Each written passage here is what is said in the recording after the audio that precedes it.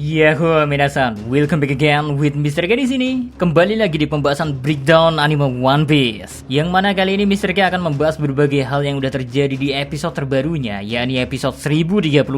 So, tanpa banyak basa-basi gak jelas, kita langsung aja menuju ke kontennya, G. Let's go!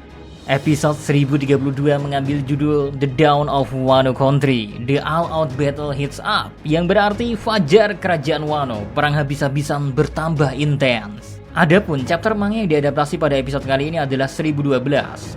Bisa dibilang sebagiannya, dan ada beberapa catatan yang Mr. K miliki terhadap episode kali ini, guys. Nah, biar lebih gampangnya, mending kita bahas kejadiannya lantai per lantainya saja. Untuk episode 1032, ada 4 latar berbeda yang hadir sepanjang cerita berjalan. Pertama, ada atap Onigashima. Kedua, ada lorong penghubung dari gudang harta lantai 2 ke dalam kastil lantai 3. Terus latar yang ketiga ya, ada di lorong lantai 1 kastil. Dan yang terakhir, lantai 2 kastil. Pertama kita membahas yang ada di atap Onigashima dulu. Di sini melanjutkan kembali pertarungan antara Luffy dengan Kaido. Keduanya masih sibuk saling beradu kekuatan. Kaido terus-terusan menyinggung perihal Luffy yang tertawa menikmati pertarungan. Akan tetapi uniknya ya, dari sisi Luffy yang menyebut ini bukan pertanda dirinya ingin tertawa. Terus dia juga bilang semisal Kaido ingin tertawa, silakan tertawa saja sendiri. Memang omongan Luffy ini agak kontras sama ekspresi wajahnya yang penuh senyuman. But Mr. K sendiri ya berasumsi semisal Luffy berkata jujur lantaran Luffy masih menyimpan perasaan kesal atas kejahatan yang dilakukan Kaido di Wano Kuni. Namun udah sifat naluriah Luffy juga yang seolah terus menikmati pertarungan apapun yang terjadi. Nah, tadi Mr. K sempat singgung semisal episode kali ini mengadaptasi chapter 1012. Perlu kalian ketahui juga ya, kalau di chapter kali ini sama sekali gak menunjukkan pertarungan Kaido melawan Luffy. Alias dapat dipastikan jika scene Kaido versus Luffy yang dilakukan sangat intens ini adalah scene tambahan dari Toei Animation. Dari Mr. K pribadi justru senang-senang aja karena intensitas yang tampil di pertarungan keduanya sangat baik. Kita diperlihatkan juga dua jurus Luffy yakni Gomu Gomu no Hawk Gatling serta Luffy menggunakan Gear Thread ya dengan serangan Grizzly Magnumnya. Meski serangan Luffy cukup telak tetapi belum cukup untuk memberikan luka yang signifikan kepada Kaido.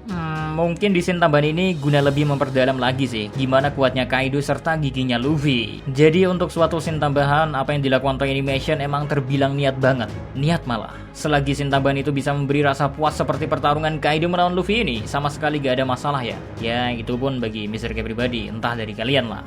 Next, kita berlanjut menuju latar kedua, yaitu lorong penghubung dari gudang harta lantai 2 ke dalam kastil lantai 3. Pada latar tersebut, memfokuskan pada Akaze yang telah pulih dari luka hebat mereka ya, dari pertarungan melawan Kaido sebelumnya. Nah, fokus utama mereka saat ini adalah memenangkan perang dari sisi yang lain. Karena pertarungan melawan Kaido jelas telah mereka serahkan sepenuhnya kepada Luffy. Ada dialog menarik nih, saat Okiku tengah berbincang-bincang pada Izo sang kakak. Waktu ditanya, ada apa dengan luka tersebut? Okiku masih bisa bertarung. Okiku malah menjawab baginya rasa sakit yang ia alami ini bagaikan rasa gatal. Well, semisal kalian bingung kok disebut Okiku sebagai rasa gatal, karena chapter 1012 yang diadaptasi ke episode ini ya, mengambil judul Uzu alias gatal. Maksud Okiku di sini meski tangannya sampai kepotong, semua itu gak ada apa-apanya dibandingkan berbagai rasa sakit yang telah ia alami.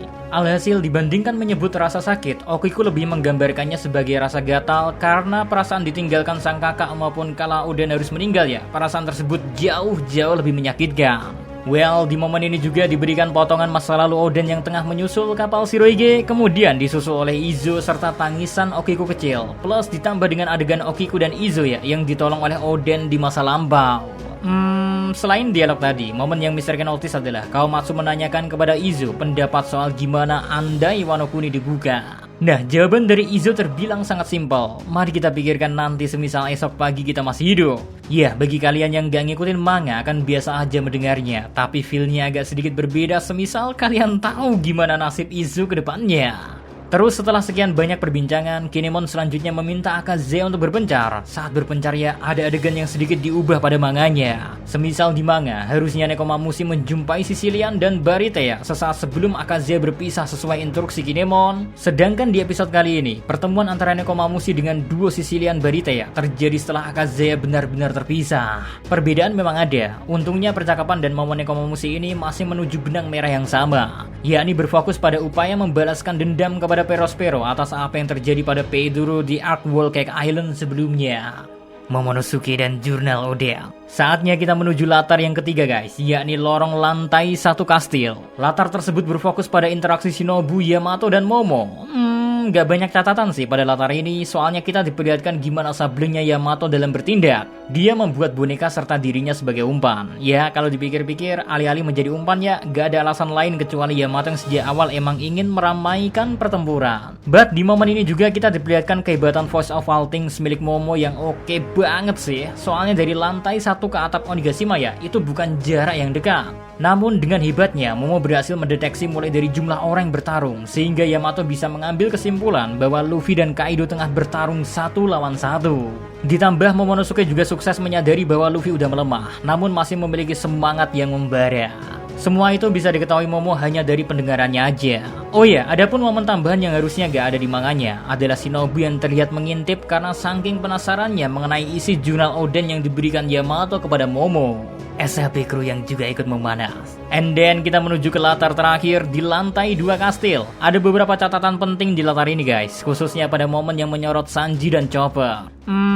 Kita bahas di momen Chopper dulu ya. Momen pertarungan Chopper menghadapi Queen bisa dibilang merupakan adegan tambahan yang dibuat oleh Toei Animation, di mana momen ini memperlihatkan Queen yang sulit dilawan oleh Chopper, semakin dipersulit lagi dengan kedatangan Perospero. Untuk detail kedatangan Perospero juga cukup oke sih, dengan luka di wajahnya akibat pertempuran sebelumnya melawan Wanda dan Carrot yang dimenangkan Perospero. Sayang, kesan Kaido melawan Luffy yang keren gak tersampaikan di momen tambahan Chopper melawan Queen ini guys. Koreografi fight maupun animasinya ya terbilang sederhana, so karena ini adegan tambahan jadi gak berharap banyak juga sih. Tapi yang bagiku sedikit mengganggu adalah momen Sanji membawa-bawa Zoro. Di sini ya, kita diperlihatkan Zoro yang tiba-tiba udah terbalutkan perban. Bagi kalian yang cuma nonton animenya mungkin agak bingung, karena di episode 1031 kemarin cuma diperlihatkan Zoro yang dipindahkan Law. Kok terus di sini tiba-tiba udah digotong oleh Sanji? Ya, karena pihak studio memang gak mencantumkan momen flashback yang harusnya ada di manga chapter 1012. Di sana Law jatuh tepat di tubuh Sanji sambil Law memberitahu detail luka yang dimiliki oleh Zoro. Baru dah setelah itu Sanji dengan asal memberikan perban kepada Zoro seperti yang terlihat sekarang. Atau dasarnya emang benci sama Zoro lah.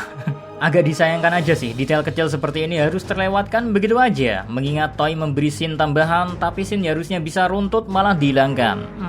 Mungkin pihak studio punya pertimbangan sendiri terkait ini ya guys. And last, masih di lantai yang sama juga melanjutkan aksi menegangkan yang melibatkan Big Mom, Otama, Nami, dan Usopp, serta ketambahan ulti untuk saat ini. Nah, kecerdikan Nami muncul kala ia mencoba mengadu domba Big Mom dengan ulti. Meski itu berujung sia-sia sih, karena pada akhirnya ya, kini mereka punya dua pihak yang mengejar. Namun ulti melakukan tindakan yang bisa dibilang akan menyulitkan dirinya sendiri, yakni serangannya yang bernama Uruzugan. Serangan tersebut sukses menjatuhkan Komachio, sehingga berdampak pada Nami, Usopp, serta Tama yang tengah menungganginya. Nah, gak cukup sampai di sana, ulti melampiaskan kekesalannya dengan menyakiti Komachio. Otama yang gak tega ya, lantas bertindak, sayangnya ia malah dihantam balik ulti. Well, Big Mom yang melihat Otama terluka jelas gak tinggal diam guys, karena mode ibu baik hati ya masih aktif. Nah, yang kesal gak cuma Big Mom aja sih, Nami juga merasakan emosi yang sama. Saat Big Mom dan ulti tengah beradu argumen, dengan segera Nami tanpa takut ya menyerang ulti. Wow, ini memang udah jadi sifat alami Nami yang sangat protektif kepada anak kecil, yang sedikit mengingatkan kita juga ya akan yang terjadi di insiden Pang Hazard. Nami dulu sangat ingin menyelamatkan anak kecil yang menjadi korban, so kemarahan Nami ini ya lantas langsung menutupi segala rasa takut yang ia punya, serta menjadi momen terakhir di episode 1032 ini. Wow, jadi gak sabar nih, 1033 katanya yang garap animasinya spesial. Nah, itu dia tadi guys, perihal berbagai hal yang ada di episode One Piece yang tayang hari Minggu kemarin. Ada catatan lainkah dari kalian? Monggo diskusikan di kolom komentar ya. Dan sampai jumpa lagi di episode breakdown berikutnya. See ya!